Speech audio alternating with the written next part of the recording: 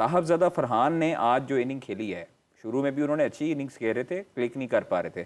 106 run बनाए हैं 52 गेंदों पर, 13 चौके और 5 छक्के हैं, 203 का स्ट्राइक रेट है। ठीक है, आपको ऐसा ही ओपनर चाहिए। आगे बांग्लादेश आ रही है, आप उनको रखें, फिर आगे आपने जाना है। लेकिन एक मैच पे डिसीजन ले लें। एक मैच नहीं है ना, आप प्रॉपर साहिबजादा फरहान को आप प्रॉपर 1 साल की कारकर्दगी पे शामिल करें।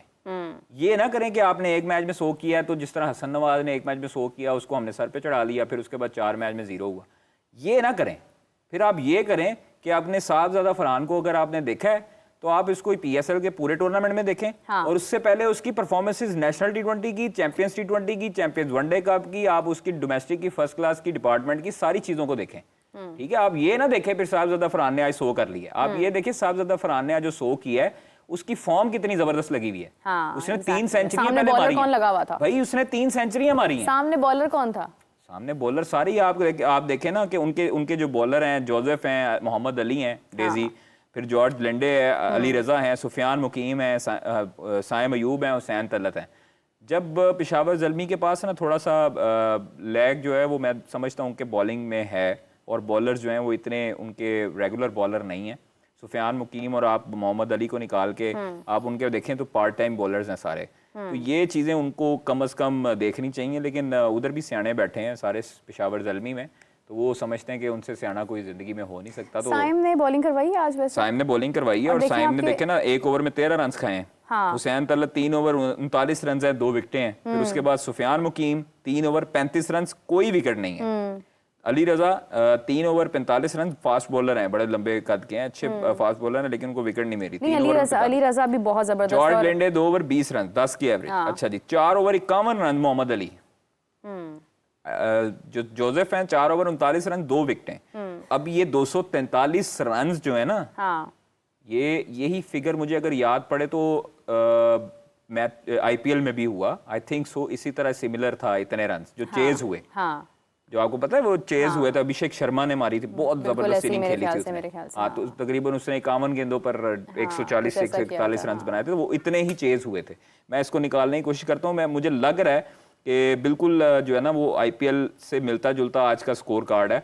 और अगर निकल आए IPL की मेहरबानी है तो ये भी दो दिन पुराना है मेरे ख्याल में। ये अभी जहां पर उसने मेरे ख्याल से 51 बॉल्स के आ गया ना, वो पंजाब किंग्स का आ गया 245 बनाए थे, और 247 पर 2 आउट थे वो सनराइजर्स हैदराबाद ने।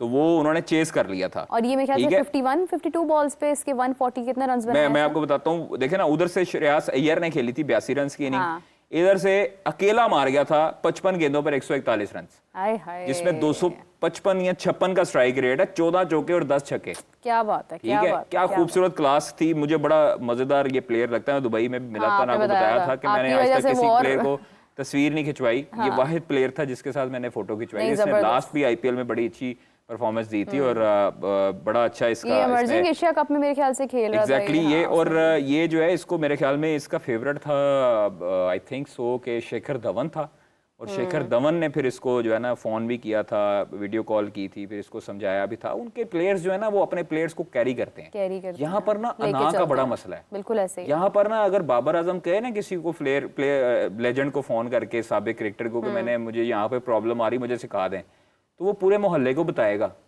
ले बाबर आजम उन मेनू फोन करके पूछ रहे हैं यार चेक करो जरा, तो वो कोच की कर दे, बहनों की कर, वही ना यहाँ पे मुकाबलेबाजी बहुत आ जाती है। यहाँ पर ना अपने से ऊपर नहीं जाता किसी को देख सकते। यहाँ पर अना का बहुत ईगो जो है ना, ईगो, जब तक हमारी ईगो नहीं ना मरेगी तब तक हमारे प्लेयर्स ना सुरखरू होंगे, ना हमारे प्लेयर्स बन सकेंगे, और ना इनकी दुकानदारी चमकने देंगे। आप देखें मोहम्मद यूसुफ साहब इनके साथ हैं, आकिब जवेद इनके साथ थे, उसके बाद आप बॉलिंग में देख लें, वो भी स्पिनर में भी चले गए, अब्दुर्रहमान भी इनके साथ रहे। तो फ़र्क कहाँ है? फ़र्क नहीं पड़ा ना। तो फ़र्क आपको तलाश करने की ज़रूरत है कि भाई अब इनका मसला क्या है। इनका मसला यही है कि आप जब किसी को कंसिस्टेंट चांस नहीं देंगे, जब आप किसी को प्रॉपर चांस नहीं देंगे, जब आप किसी को इनसिक्योर रखेंगे, जब आप किसी को बिल्कुल कप्तान को, वो कप्तान खुद कह रहा है कि जी प्रॉपर आप जो है ना वो अथॉरिटी नहीं देते, तो फिर जब आप इस तरह की हरकतें करेंगे तो फिर आपको यही रिजल्ट से उम्मीद है। आगे बांग्लादेश सीरीज़ है, फिर हमने बांग्लादेश आई थिंक सो जाना है, फिर उन्होंने अफगानिस्तान नहीं यहाँ पर आना है, फिर एशिया कप है। तो आपके पास जब 4 टूर्नामेंट हैं, 4 मैचेस हैं ना सीरीज़, तो फिर 4 मैचेस की सीरीज में आप अभी से ही एशिया कप की टीम अपने जहन में बनाएं और जहन में बना के फिर आप उसको कैरी करें। स्याह हो सफेद हो, यही लड़के आपको रिजल्ट्स देंगे। आपने 2022, 21, 22 में देखा जो पाकिस्तान टीम चलती रही है मुतवातर के साथ, नवाज पे बड़ी तनकीद होती रही, हसन अली पे बड़ी तनकीद होती रही, बाबर कैरी करता रहा। रमीज राजा ने बाबर को पावर दी भी थी ना, बाबर आजम कैरी करता रहा ना इन सबको। जब आप कैरी करेंगे तो वो एक ना एक दिन आपको रिजल्ट प्रोड्यूस करके देंगे। नवाज ने आपको पाकिस्तान इंडिया के मैच में क्रूशल मोमेंट पे आपकी जो है वो साख बचाई, आपको रन्स करके दिए। फिर उसके बाद आसिफ अली को आपने कैरी किया, आसिफ अली ने आपको मैच जितवाया। बिल्कुल शारजा में उधर आपके वेस्ट अफगानिस्तान के खिलाफ भी मैच जितवाया। उन्होंने इंडिया के खिलाफ भी रन्स किए जब हम फंस चुके थे, ऊपर से आउट हो चुके थे। बाबर आजम, रिजवान ने मेरे ख्याल में 50 की थी, नवाज ने उनका साथ दिया था। फिर उसके बाद जो आखिरी विनिंग स्ट्रोक थी वो इफ्तिखार ने लगाया था सामने चौका। जब आप मुतवातर फिर 2022 का वर्ल्ड कप आप देख लो, चाहे हम जिम्बाब्वे की वजह से उनके मरहूने मिन्नत थे, उन्होंने साउथ अफ्रीका को हराया, हम लोग जो है वो फिर सिडनी में हमें सेमीफाइनल खेला, न्यूजीलैंड को हमने 1 साइडेड हराया जिसमें उन्होंने परफॉर्मेंस दी थी। साउथ अफ्रीका के खिलाफ भी मोहम्मद हारिस ने और न्यूजीलैंड के खिलाफ भी परफॉर्मेंस दी थी। फिर उसके बाद फाइनल में हम इंग्लैंड में हारे मैच। तो हम क्यों पहुंचते रहे फाइनल तक? वो इसी वजह से पहुंचते रहे कि हमने छेड़खानी नहीं की। हाँ। अब क्या हो रहा है? अब ये हो रहा है कि आपने अगर हसन नवाज को डाल दिया है, लोगों ने इसे कहा जी तनकीद हो रही है जी, हसन नवाज तो 2 फुट पना जा रहे हैं बैट ऑन द बॉल, तो क्या चक्कर है यार, ये क्या डाल लिया आपने? वो लोग तनकीद कर रहे हैं, हसन नवाज ने फारक करो। अब्दुल समद, ये तो यार इसकी पर्ची है, ये तो उसकी पर्ची है, वो कह रहे हैं ना इन्हों कड्डो। उस्मान खान क्या कर रहा है? उस्मान खान क्या कर रहा है? ये तो बोझ है, उन्होंने निकाल। तैयब ताहिर क्या कर रहा है? ये क्यों रखा हुआ है? उन्होंने निकाल। तो फिर आपके पास मिडिल ऑर्डर कैसे बनेगा? फिर आपके पास मिडिल ऑर्डर वही होगा कि इफ्तिखार अहमद को वापस लाएं, फ़हीम अशरफ है, खुशदिल शाह है, फिर आपके पास मोहम्मद शहजाद। अगर ये लड़का आपको मिला है, इस्लामाबाद यूनाइटेड ने जो रखा है सप्लीमेंट्री में, मोहम्मद शहजाद आपके पास है, इसको तैयार किसने करना है? देखिए हम लोग वही बात है ना कि हम यंग टीम बनाना नहीं चाहते ना, हम जो हरकतें कर रहे हैं। मिडिल ऑर्डर में शाहिद खान अफरीदी, अब्दुल रज़ाक, अजहर महमूद, वसीम अकरम, इनसे बड़ा नाम तो नहीं था ना कोई। यही थे ना मिडिल ऑर्डर में। उमर अकमल, भाई इनको कहीं लड़के तैयार करें। बिल्कुल सही बात है, जिम्मेदारियां लगाएं। क्यों नहीं करते? लेकिन वही बात रहती है कादिर, अभी मेरी बात सुने, उमर अकमल का क्या कसूर है?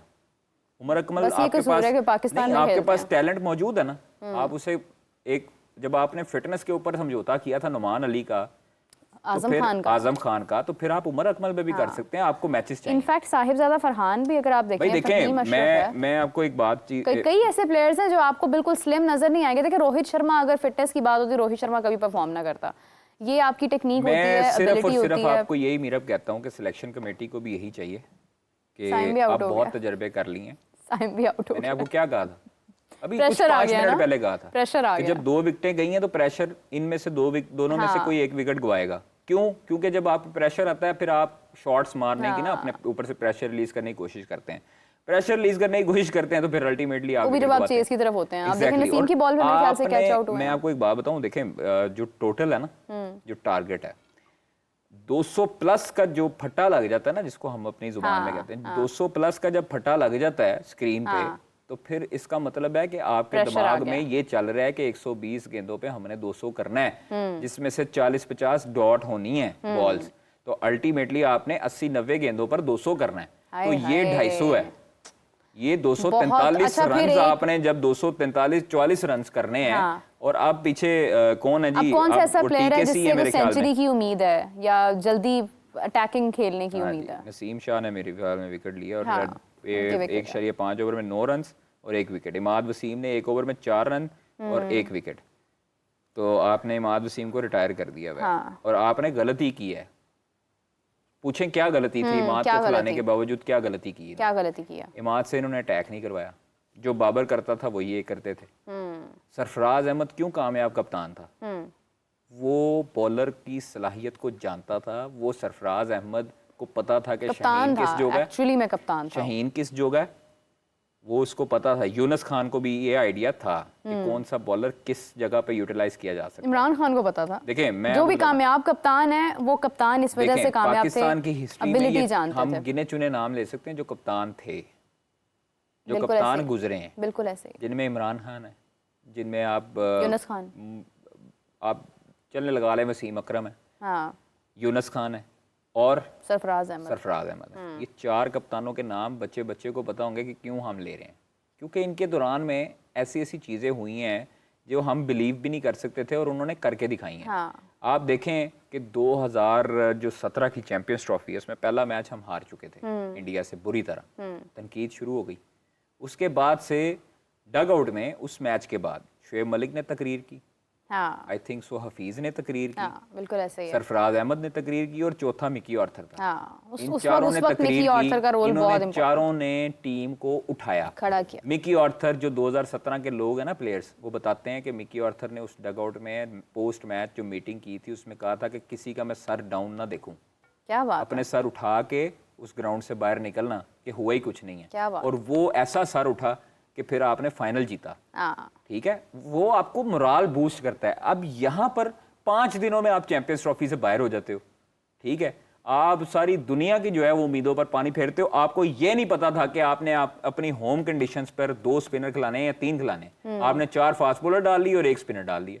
खुदा का खौफ करें, ये तजर्बात पाकिस्तान से बंद करें, नहीं तो पाकिस्तान क्रिकेट बोर्ड के बिल्कुल सामने हॉकी स्टेडियम है, हाँ वहां पर जो प्लेयरों के हाल होते हैं ना, वो रिक्शों में जाते हैं, ये प्लेयरों को दिखाएं, बाबर आजम टाइप के ये जो हमारे किंग हैं और हमारे जो बड़े लेजेंड प्लेयर हैं ना, इनको दिखाएं कि अपनी ऑडी से उतरें, ऑडी से उतर और जरा के देखें और दुनिया में सामने क्या हो रहा है। हॉकी स्टेडियम जाएं। हाँ। वहां पर जो नेशनल हॉकी प्लेयर है ना, उनको सिर्फ जाके 2 मिनट देख लें उनका हाल क्या है। वो अपने किट बैग उठाते हैं, उनका कोई शूज पकड़ने वाला नहीं है, उनकी गाड़ी में से कोई उनका जो है ना वो बॉल थ्रोअर नहीं आता। सही बात है, कोई वो जानता ही अपने नहीं है, बूट खुद कोई उठाते जानता भी हैं, नहीं वो है। फिरोजपुर रोड पैदल जाते हैं हाँ। और पैदल जाके वहां से रिक्शा लेते हैं। बिल्कुल सही। ठीक है, किट बैग उन्होंने पीछे लटकाए होते हैं। अजलान शाह में सिल्वर मेडल आई थिंक हुआ, तो सिल्वर मेडल पहन के वो बेचारे पैदल जा रहे थे बाहर। तो ये उनको सिर्फ और सिर्फ सबक के लिए इनको दिखाना चाहिए। इनको इतने इतने पैसे मिलते हैं, ये अवाम ये जब आप को हाथ ऐसे करते हैं ना, ये साथ मेरी भी स्क्रीन खराब होती है, नहीं, वो होती रहे थोड़ा सा भी होती है, थोड़े मेरी से बात हाथों सुने, का इस्तेमाल मैं आपको कम एक बात करें। बताऊं, अच्छा चलें कर लेते हैं मेरी बात सुने। अब मैं जज्बाती हो गया हूँ थोड़ा सा, बहुत लेकिन ज्यादा आप मुझे ये नजर आ देखें, रहा जो है। पाकिस्तानी है ना, पाकिस्तानी फैंस हैं, हाँ उन्होंने ना स्टेडियम में आना छोड़ दिया इनकी वजह से। सही पता है बात है। आपको? आप देखें क्राउड अभी भी हमें कितना कम नजर आ कराची रहा का है। क्राउड ऐसा चार्ज क्राउड होता था सही जो रोला खत्म नहीं होने देता था। ये अल्लाह आपका भला करे। ठीक मैं है। यही बात दोपहर में अपने दोनों प्रोग्राम्स में कर चुकी हूँ, शाम को कर चैंपियंस चुकी हूँ। ट्रॉफी में न्यूजीलैंड का पाकिस्तान के साथ मैच था और खाली था ग्राउंड। हाँ ठीक है, उसके बाद से अब तक पीएसएल में वो रौनक है ही नहीं। 10,000 टिकटें फरोख्त हैं कराची हेयर की। ड्रायर वाला क्या सुने, रौला है कादिर? करने दें, उनका है मार्केटिंग है, तो उसमें क्या मसला है। अब लाहौर कलंदर ने आईफोन दिया है, वो उनके स्पॉन्सर्स हैं। चलिए, वैसे देखें, काफी बात हो चुकी है इस बारे में। पीएसएल के फ्रेंचाइज है, उसकी अपनी मर्जी है, वो हेयर ड्रायर आप बात मुकम्मल करें, फिर उसके बाद हम आईपीएल में भी आते हैं। अच्छा, मैं ये कहना चाह रहा हूँ कि देखें, आपने अगर स्टेडियम में लाना है तो 10,000 बंदे ने टिकट खरीदी हुई हाँ और आया 2,000 भी नहीं, हाँ क्योंकि लोगों का इंटरेस्ट नहीं है इतनी दूर जाने का, आगे हर्डल्स देखने का, फिर आगे जो है वो आपने अंदर लेके जाना, फिर अंदर मैच में क्या हो रहा है वो किसी को इंटरेस्ट लोगों नहीं। ने टिकट्स जाया पाकिस्तान किए हैं। सुपर लीग शुरू हुआ, देखिए मैं अभी तक मेरे ख्याल में लोगों का इंटरेस्ट डेवलप नहीं हुआ। लोगों को इस तरह आइडिया नहीं है। ये लोग पहले जिस तरह पीएसएल देखते थे ना, अपने मोबाइलों में लगा के, गाड़ियों में लगा के, बाहर बैठे हैं चाय पी रहे हैं तो इन्होंने मोबाइल बिल्कुल ऐसे एक लगाया पूरा होता था। मेले का समा और था, होता था, पूरा आप एंटरटेनमेंट देखें, होती हमें थी। बसंत कभी फील नहीं हुई 10 सालों में। बसंत का फेस्टिवल भी फरवरी में होता था, हाँ फरवरी के मिड में। पीएसएल की वजह से हमें महसूस नहीं होता पीएसएल की था। वजह से हमें 10 सालों में बसंत की कमी कमी नहीं महसूस नहीं महसूस हुई। हुई।